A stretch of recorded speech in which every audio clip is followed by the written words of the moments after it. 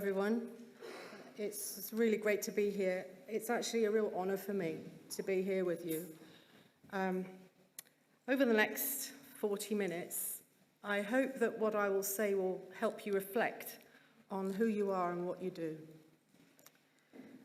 We're going to be reading the signs of the times, looking at the underlying causes of what's going on, and exploring how God's calling us to respond.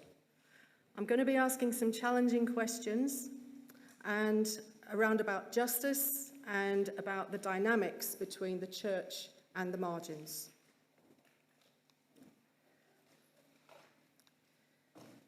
So we're going to be asking what we mean by justice. We're also going to explore what reconciliation could mean in practical terms, and how we're called to spiritual and civic renewal.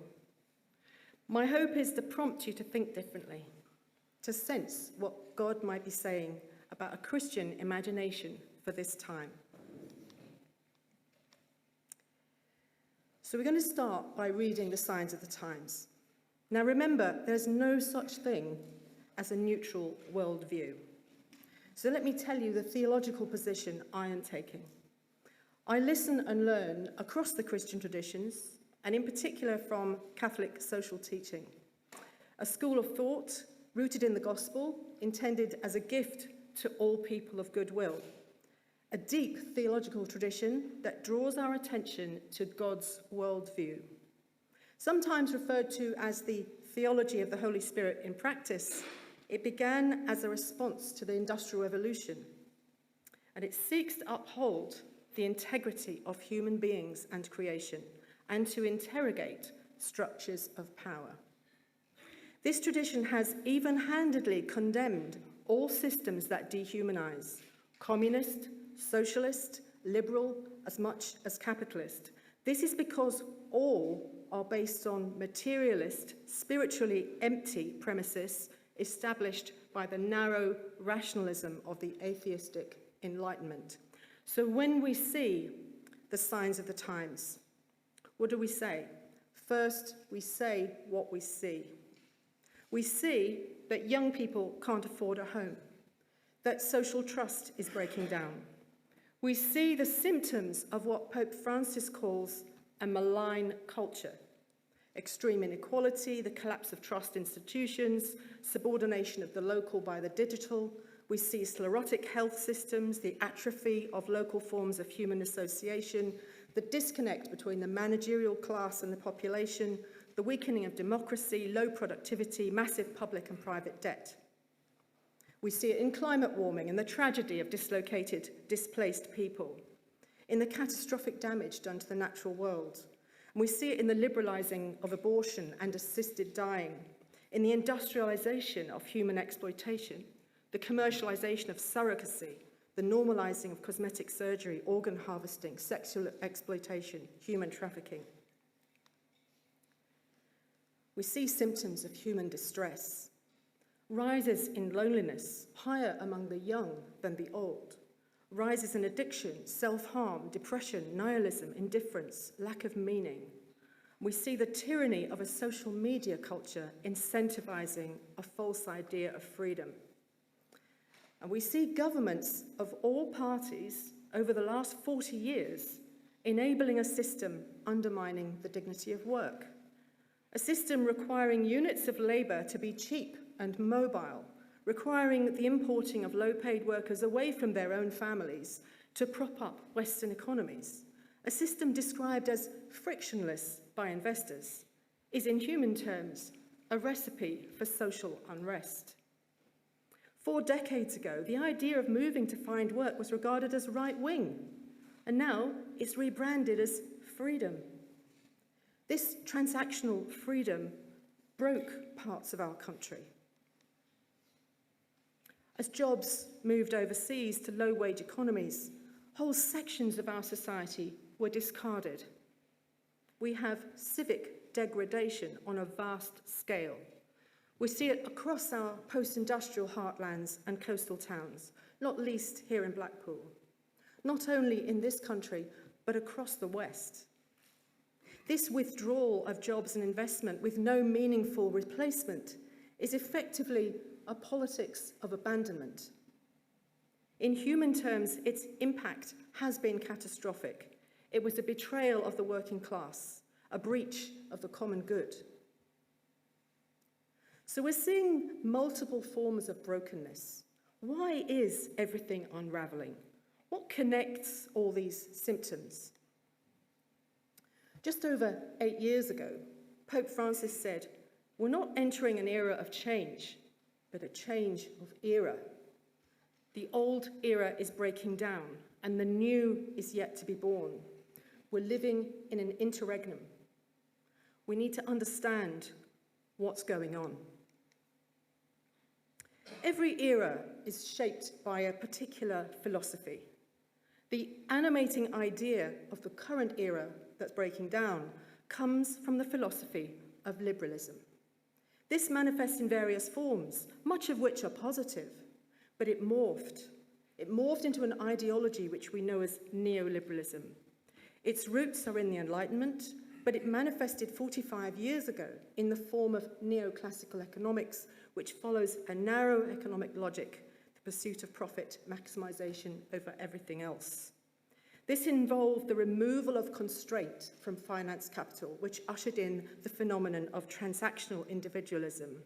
And from this philosophy, we get a particular form of financial system, and from this, globalization, and geopolitical economic processes that serve the interests of supranational corporations. This generates low-wage, high-welfare economies where increasingly precarious and meaningless jobs are rewarded with wages too low to live on. But the impacts of this system are not just economic. The philosophy underpinning the neoliberal model has led to profound social and moral consequences too. The precarity of employment on top of an inflated property market has undermined family formation. It's weakened the confidence of the young in adulthood. Its amoral incentives to fragmentation eat away at shared values and erode our sense of citizenship. It dissolves the particularity of place. Its commodification is undoing what it means to be human. Its individualism ferments multiple pathologies: relationship breakdown, loneliness, mental health disorders, crime, the breakdown of social trust, spiritual, cultural, and moral confusion. This is why we see the emergence on both the extreme left and the extreme right of identitarian politics, distorted forms of victimhood, authoritarian tendencies, the battle of rights, and the culture wars. There's a denial of the transcendent and an assertion of the material. This denial subverts natural law and generates an anti-human system that some call the machine. It generates a demoralization and poverty in all its forms: economic, relational, and spiritual. So we see the so-called cost of living crisis, but this is just the latest in a wider crisis unfolding across the West.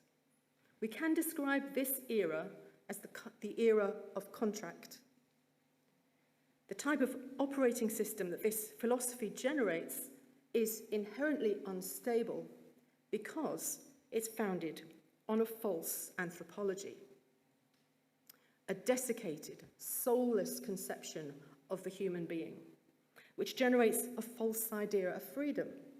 And at the core of this is freedom from constraint, from country, from history, from religion, from God, and now even from human nature itself.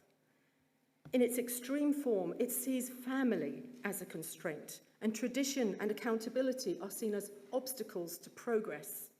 Even relationship to place is reframed as old-fashioned. Ultimately, it liberates society from truth and from mutual responsibility. Its view of the human being incorporates an idea of the unencumbered self, emphasizing rights over responsibilities and corroding our sense of mutual obligation. It's effectively an assault on relationship.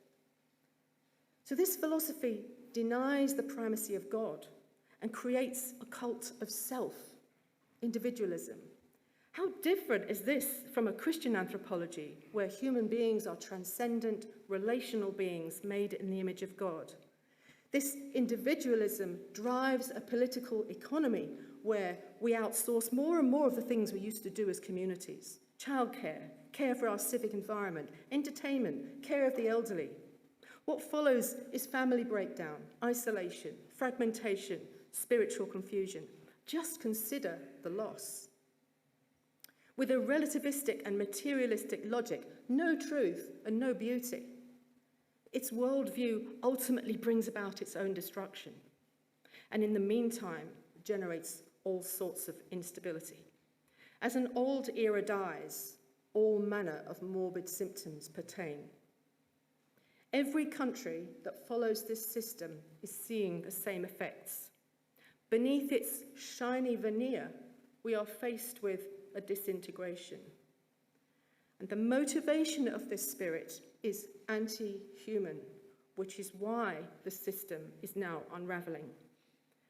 We can think of this as a power grab. It's important to understand the principalities and powers of our time, what we might call our modern pharaohs. Catholic social thought helps us to see that whenever financial capital dominates, it has the tendency to dehumanize and exploit. Its business is the commodification of creation and the financialization of everything: land, water, homes, human beings. But equally, when power is over-centralized in the state, it too tends to be dehumanizing. We can see this post-COVID as more and more governments are becoming increasingly authoritarian, with more decisions taken outside the democratic process. Catholic social thought warns about the rise of the technocratic paradigm. Why does this matter? Because this over-centralizing of power erodes civil society, the human space. And now we see a collusion between both powers, the modern pharaohs of capital and state, where governments act in the interests of big corporations, insulating them from democratic accountability. Some describe this as the machine, what we might regard in biblical terms as a modern Egypt. This malign spirit operates a different kind of slavery. A list of pseudo-freedoms. It says you can have mobility, consumer choice, rights, and self-determination. These false freedoms serve the economic interests of a few, but for everyone else, as they become captured, people trust each other less and less and are more easily manipulated. This system has been foolishly perpetuated by all political parties over a 40-year period. But such gross mismanagement is provoking dissent. After 4 decades of no correction to the devastation, the so-called left behind had enough of this domination and mismanagement. They literally had nothing left to lose. In previous eras, their actions might have been understood as a peasant's revolt. But now such reactions are framed by corporate interests as populist, held in contempt by an elite class which cannot accept that this is political blowback to their own policies. This lack of recognition explains the disconnect, why so many people are angry and alienated. People are sick of being ignored and object to decisions being taken outside of democratic processes. There is increasing resistance internationally to this corrupt merger of corporate and state power. More and more ordinary people feel disempowered, humiliated, and their views held in contempt. This has been building for years now. Legitimate questions get framed as extremist by a dominant cultural narrative bent on constraining the range of acceptable opinion. This is a recipe for resentment and extremism on both the right and the left. So how should we respond? Yes, it's overwhelming. We're in a place we've never been before. Is there any chance of renewal? How can the church foster positive change in this context? How can we collaborate with our communities to address this overwhelming challenge? And what does it mean to be God's people in an age of unraveling? So let me suggest to you an ancient concept as a way forward. It's not dramatic, it's not a campaign. We don't deal in false hope. It's deeply rooted in our Christian tradition and also resonates with other traditions, in particular the Hebrew Bible, Aristotle, and Ubuntu. I would invite you to consider the common good as an antidote to this malign culture. But what is the common good? Let's have a look at what it means. First off, it's not the greatest happiness for the greatest number. That's a utilitarian proposition. A model of justice that's not Christian. Anchored firmly in the gospel, the common good starts with what it means to be human, our identity in Christ, where every person is of equal value under God. Everyone is worthy of love and affection. Yet, we're not meant to be the same. Our Christian anthropology tells us that we are relational beings designed to complement one another. God intentionally made us to need each other. This is why we say we need to build a common good between us, a taste of the kingdom. As in 1 Corinthians, the common good conceptualizes the human family as one body, in which poor people are given the most honor. The common good requires a shared life with poor communities, because this is how God sees. The common good is not woolly, it's not a vague idea where all values are equal, it's not a you do you and I'll do me kind of liberalism, which as we've seen leads to a battle of rights. The common good emphasizes a balance of rights and responsibilities. It is place-based, it's embodied, it's not abstract, it's non-partisan, non-tribal, non-party political. The common good tradition places trust in ordinary people and rests on the principle of solidarity. Common good is strengthened when we join together across our differences and undermined when we're isolated, separated, or divided by identity categories. So it's incompatible with identity politics ideology. The common good can't be built in a safe space insulated from dissent. It requires deliberation, negotiation, diversity of opinion, listening, mutual respect, forbearance, forgiveness, and the possibility of redemption. It's based on the recognition of natural law, acknowledging people's realities, and it calls us to work together across different interests, whether of class, socioeconomic background, ethnicity, sex, age, ability, experience, and education. It's much broader than the 9 protected characteristics. It's realistic about human fallibility, and yet it encourages virtue. Common good is not utopian. It's not a medicine that's good for you, that justifies some top-down imposition. It cannot be imposed or delivered. It arises from people's free participation. It insists on the human agency that comes from true freedom in God, not the false freedoms of choice promised by consumerism or the totalitarian utopias of collectivist ideologies. So Together for the Common Good, we define it like this.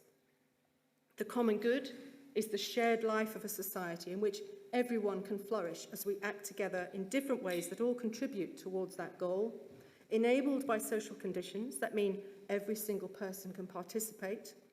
We create these conditions and pursue that goal by working together across our differences, each of us taking responsibility according to our calling and ability. So this is for everyone. But as the people of God, we are called to a special role, a kind of reweaving role in the local, to a building of civic relationships that is covenantal, not contractual. We could describe this as becoming a relational church. Like a stick of rock, we must be relational all the way down. This calling to build common good belongs within an integrated evangelization in its holistic sense. It's about both our relational identity in God and about how we live. This speaks to our civic relationships and how well we know our neighbours, particularly people trapped in poverty. And yes, community organising in its authentic form can be a part of this, but I believe there is a prior step, the character of the church itself. There are still so many churches, possibly even a majority, who, having fallen out of relationship with poor communities they want to help, are helping in ways are, let's be frank, sometimes counterproductive. This dynamic between churches and poor communities needs some attention. We need to ask, whose side is the church on? Discerning our charism in this age of moral, cultural and political confusion, it does require hard questions. First, what do we mean by justice? To think about which model of justice we're following, let's recall that passage from Deuteronomy. If there is among you anyone in need, you should open your hand, willingly lending enough to meet the need. What do you notice about that passage? Down the centuries, we can lose touch with the original meaning of ancient words. You might have noticed the word lending. Some scholars believe that the ancient meaning of lending money in the original Hebrew meant something closer to our understanding of accompaniment. Lending as accompaniment. How different is that from the way we address money, poverty and debt today, where help looks like a bank transfer? This prompts us to think about the difference between models of justice. The contemporary welfarist and utilitarian approaches to justice, like the way the British welfare state currently operates, are materialist and prioritise efficiency. By contrast, the Christian model of justice is rooted in the ancient rabbinical biblical justice tradition of right relationship with God and with each other. And in God's economy, if I'm having a hard time, you're to walk in relationship with me, accompany me until I get back on my feet. It might involve lending money, or it might mean you help me get a job, or just keep me company. Not just a cash transfer. Not a system that rationalises out opportunities for human connection. Not to abandon our neighbour in their flat, surrounded by unpaid bills. Our primary relationships should be with each other, not with the bureaucratic state. This is not to say the welfare state shouldn't exist, of course not. What it does, though, this perspective, is to point to how it should be reformed and how the church should respond. Many churches have got stuck on this welfarism as their default justice tradition, losing touch with their relational calling. And others have fallen in with the dominant culture, the progressivist, identitarian version of justice rooted in postmodernism. There is huge mission drift. These materialist models, the identitarian, utilitarian and welfarist ideologies, often displace the economic justice aspect of the Christian relational tradition, undermining working class solidarity. Every year, Pope Francis publishes a letter for the World Day of the Poor. He's been saying in the last few years we should stop outsourcing, whether to the state or to charities. He says it's personal. Solutions are not to be found in activism or welfarism. So we're not to use the welfare system or charitable agencies as a way of keeping poor people at arm's length. So this is challenging, isn't it, for those engaged with the social action service provider posture. Catholic social thought highlights the divisive benefactor-recipient dynamic for several reasons, not least because it alienates the very people the churches wish to help. It creates a tension of us and them. Campaigning for benefits cannot, by definition, end poverty. By itself, it does nothing to resist an economic system geared to the interests of capital. In fact, it feeds a defeatist politics of low expectations. Food banks and other forms of social action are often sources of pride in churches wanting to serve the community, justifying their usefulness. But the church has a sacred vocation to be transformational, not to be useful. The truth is, food banks only mitigate injustice. This is the well-known food bank paradox. They meet increasing need but mask the prophetic. They become a fixture of a low-wage, toxic economy, propping up big corporations. They're in a trap.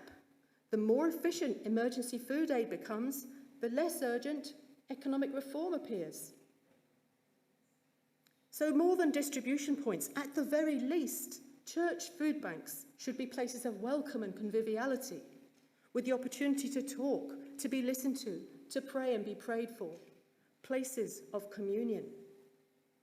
But more than this, from a Catholic social teaching perspective, any activity around food poverty has got to be situated within a confident demand for economic reform, for decent jobs, retraining, place-based investment, to restore the places long devastated, as we read in Isaiah 61. The dignity of work is central to a politics of the common good. We must not capitulate to a workless future on welfare.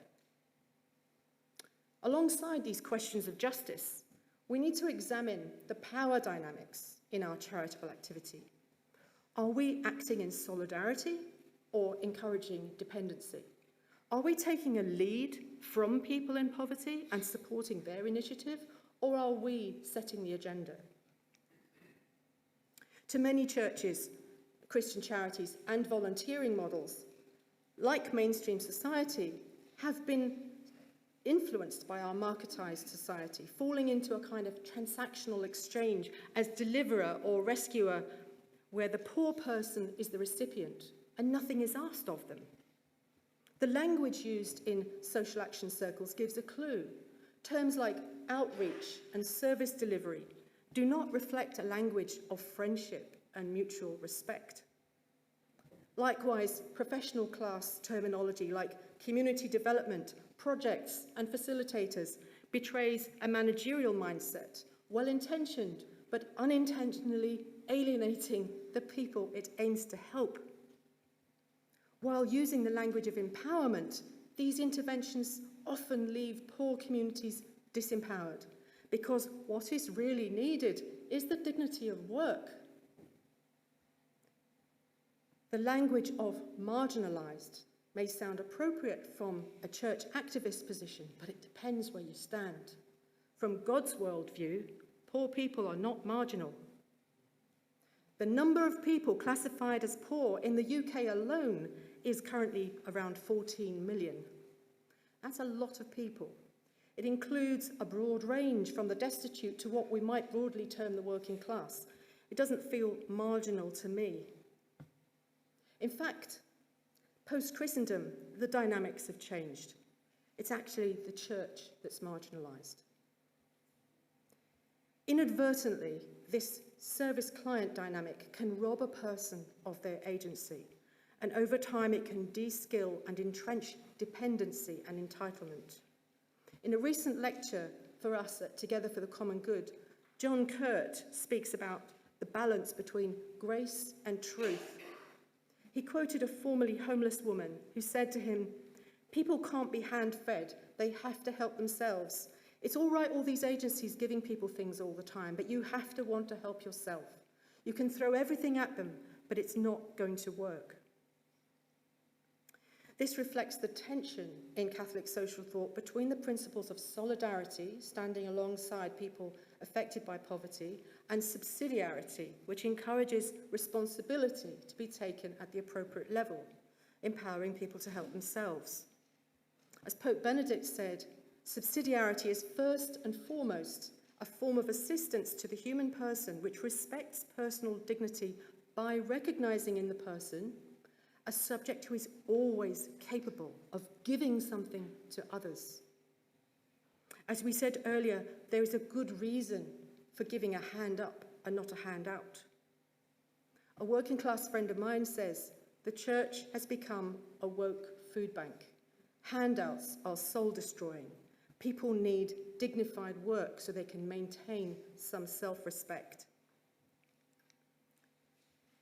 So when the church calls for more benefits or campaigns to end poverty and omits the call for economic reform, jobs and investment, it inadvertently fails to stand in solidarity with working class people whose desire to support their families is at the very heart of their moral code. This has massively alienated people from the church. There was a time when many churches, not least the Catholic Church and the Salvation Army, the 1889 dock strike comes to mind, had a covenantal relationship with families, especially with poor families. William Booth and Cardinal Manning knew their people. They understood the impact of capital and they recognized it had to be constrained. They knew what solidarity looked like. But many Christians are often more comfortable, and many have told me this privately, they're more comfortable fundraising for charity at arm's length than they are in getting to know their neighbours. Often there's fear, there are issues of confidence, there are issues of class. Many churches have been captured by a middle-class culture and lost connection with poor communities, and they don't know what solidarity looks like. So a model of justice based on Christian anthropology does not pit working class people against each other according to identity. No, it starts with listening to the concerns of workers and in solidarity builds an alliance that can mount a resistance to the powers. The church can help to build such an alliance. We might fail, but we'll fail together. The coming months and years are likely to be hard. We'll need to build a greater mutual dependence at local level. But this could be an inflection point for those churches willing to join with people in the margins. Some already do this, and I'm sure your churches and centres are among them. But too many are still unable to make this change. What we need is a new confidence, a renewed Christian imagination for our time. But there's a deeper reason why Christians are called to live in solidarity with people trapped in poverty. It's about reconciliation. Pope Francis says the church needs to be evangelized by the poor. The reason he says this is because someone who is poor has retained a sense of their need for others and for God that the affluent and the busy so easily lose. Pope Francis is saying this, that in this sea of liberalism, the church itself has become estranged from God. And reconciliation is needed, and that will come through a relationship with poor communities. In Matthew 25, Jesus invites us to live out this reciprocity. Connecting with someone in need opens us up to a closer connection with God. This is the great mystery at the heart of God's special love for people who are poor. We need to be a church that can learn to receive as well as give, because we're all a little bit broken. We connect with each other through our woundedness. It's what makes us human. We are not like the machine. The church is not meant to be an efficient delivery system. So how do we do reconciliation? It begins with humility and an intentional posture of listening to God and to our neighbours. We need a culture of one-to-one conversations as a practice within our congregations, a practice of listening just for the honour of hearing someone's story. Imagine a congregation where everyone knew what it was to have a one-to-one conversation and went out into the neighbourhood and did that every week. It's about bridging gaps where there's estrangement, standing in the breach, feeling the pain where there is tension, putting relationships first, building trust, refusing to be tribal, recognizing that people have different concerns. They may not like each other. We need to be unafraid of disagreement, but determined to find areas of shared interest. A politics of reconciliation requires truth-telling, a willingness to stay in the room, to listen, to negotiate, to broker shared interests. It requires humility, saying sorry, forgiveness, redemption. It requires genuine respect for diversity of opinion, not a covert intention to re-educate. In this dark time, people are yearning for meaning, but we won't get much help from our culture and its leaders. The very people who should have a vision are lost in perpetuating a dysfunctional system. The unravelling is real and will get worse. But we have a story to tell. A story of spiritual and civic renewal, of truth, beauty and goodness, of what it means to be human, to love, to trust, what friendship means, what it means to be a good neighbour. It's important to name these things that are fast being forgotten. A story that calls out structures of sin, but also that builds a common good, that can offer a resistance to the powers that atomise and separate. A story that requires responsibility to be taken at all levels: international, national, regional, local, personal. In line with the principle of subsidiarity, everyone has a part to play. Let's briefly name what this common good vision of renewal could look like. At national level, it might involve governments enabling conditions that prioritise families and communities. It would balance different interests, say, between business and unions, between young and old, between urban and rural, between migrants and host communities, between the interests of capital and labour.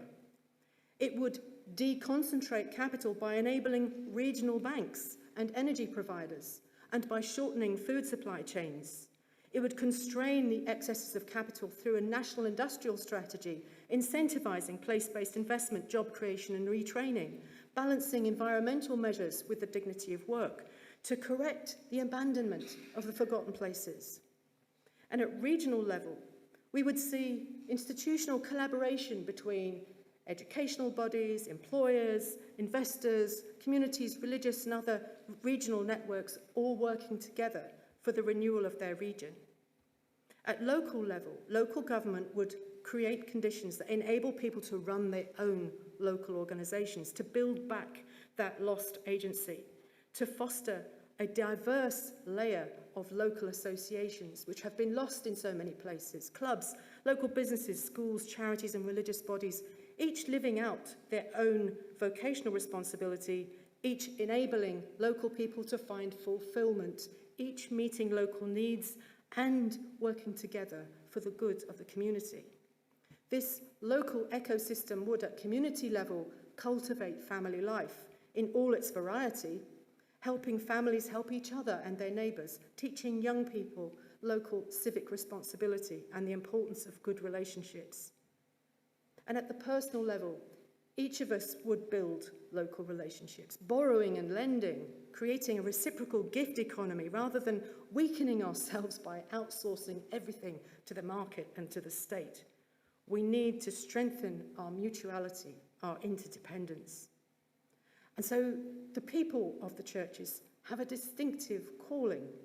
Despite determined efforts to discredit and privatise our faith, despite the pressures to conform to the new secular ideologies, we have a responsibility to be authentic, according to our different Christian charisms, not to hide away, but to work together with our neighbours of all backgrounds, to live out this vision at every level. In this malign culture, we're called to be non-tribal and to live out our countercultural story, to be a light in the darkness. So as this new era begins to unfold, as we have AI coming down the track and everything's becoming digital and virtual, it's our job to stay human. We can shape the world by the language we speak and living it out authentically. We must mean what we say. We must speak the language of covenant, not contract, of solidarity, not division, of mutuality, not individualism, of relationship with each other, not the cult of self. We must know that we are relational beings and not be gaslit by the system, not be shy about our God-given identity. Each of us is called to unique vocational responsibility. If we really surrender and listen, God is calling each of us in surprising ways. Discerning our vocational responsibility requires an examination of conscience, perhaps with colleagues, with your congregation. How is God calling us in this place? Can our congregations learn to be intentional about building civic relationships? Can they become a people who practice reconciliation? Do they have the courage to be authentic? Are we alert to what's going on? Are we holding to a Christian justice tradition, or is there mission drift? Are we joining with people in the forgotten places and demanding investment and decent jobs?